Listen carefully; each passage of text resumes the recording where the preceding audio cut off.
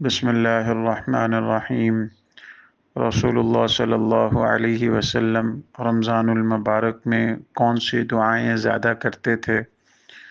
اس حوالے سے جب رمضان المبارک کا مہینہ آتا تو آپ صلی اللہ علیہ وسلم صحابہ کرام کو یہ دعا سکھلاتے تھے کہ وہ اس طرح دعا کریں: اللہم سلمنی من رمضان وسلم رمضان لی وتسلمہ منی متقبلا، کہ اے اللہ، آپ مجھے اس مہینے میں گناہوں سے بچا لیجئے اور مجھے رمضان تک پہنچا دیجئے، اور اس مہینے کی عبادت کو میری طرف سے قبول فرمائیے۔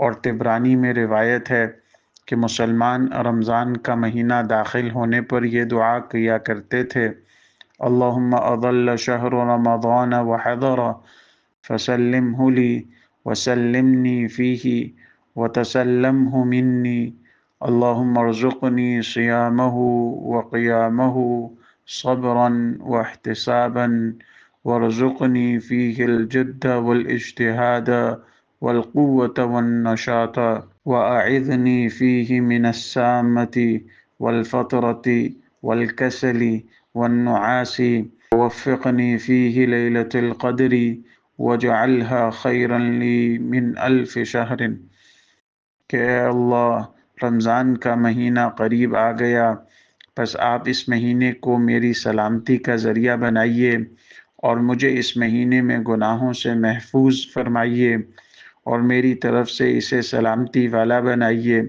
اے اللہ، مجھے صبر اور اجر کی امید کے ساتھ اس کے روزے اور راتوں کی عبادت کی توفیق عطا فرمائیے، اور اس مہینے میں مجھے کوشش کرنے کی، محنت کرنے کی، طاقت کی اور چستی کی توفیق عطا فرمائیے، اور مجھے بچا لیجئے اس مہینے میں اکتاہٹ سے، تھکنے سے، سستی سے اور اونگنے سے، اور اس مہینے میں مجھے شب قدر نصیب فرمائیے جس کو آپ نے 1000 مہینے سے بہتر بنایا ہے۔ ایک اور روایت میں ہے کہ حضرت عائشہ رضی اللہ تعالی عنہا روایت کرتی ہیں، فرماتی ہیں کہ جب رمضان کا مہینہ آیا تو میں نے آپ صلی اللہ علیہ وسلم سے سوال کیا کہ اے اللہ کے رسول صلی اللہ علیہ وسلم، رمضان کا مہینہ آ گیا ہے، میں اس میں کیا دعا کروں؟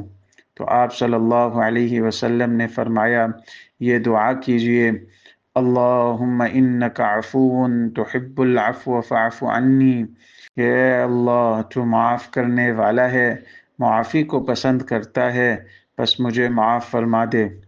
ایک اور حدیث میں ہے کہ حضرت عائشہ رضی اللہ تعالی عنہا نے رسول اللہ صلی اللہ علیہ وسلم سے پوچھا کہ اگر مجھے لیلۃ القدر کا علم ہو جائے کہ فلاں رات ہے تو میں اس میں کیا دعا کروں؟ تو آپ صلی اللہ علیہ وسلم نے فرمایا، تم یوں دعا کرنا: اللہم انک عفو تحب العفو فاعف عنی۔ حدیث مبارکہ کی روح سے رمضان المبارک کا پہلا عشرہ نزول رحمت کا وقت ہے، دوسرا عشرہ بے بہا مغفرت کا وقت ہے، اور آخری عشرہ آگ سے خلاصی کا وقت ہے۔ اس مناسبت سے بعض بزرگوں نے عوام الناس کی سہولت کے لیے تینوں عشروں کی مناسبت سے مختلف دعائیں بیان کی ہیں۔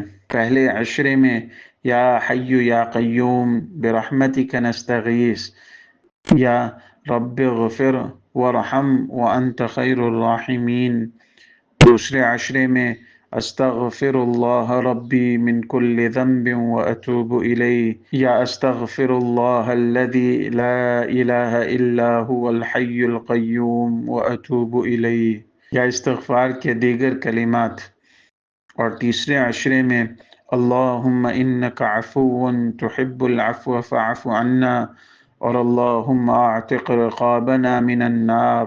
ان دعاؤں کا اہتمام بعض بزرگوں سے منقول ہے، اور اس بات کو بھی ذہن میں رکھنا چاہیے کہ پورے رمضان المبارک میں 4 چیزوں کی کثرت کا حدیث شریف میں ذکر آیا ہے۔ نمبر 1، کلمہ توحید کی شہادت کا، دوسرا استغفار کا، تیسرا جنت کے سوال کا، اور چوتھا جہنم سے پناہ کا۔ ان چاروں چیزوں کو ایک کلمے میں جمع کر دیا گیا اس کے پڑھنے کا اہتمام بھی کرنا چاہیے۔ لا الہ الا اللہ، استغفر اللہ، اسألک الجنہ واعوذ بک من النار۔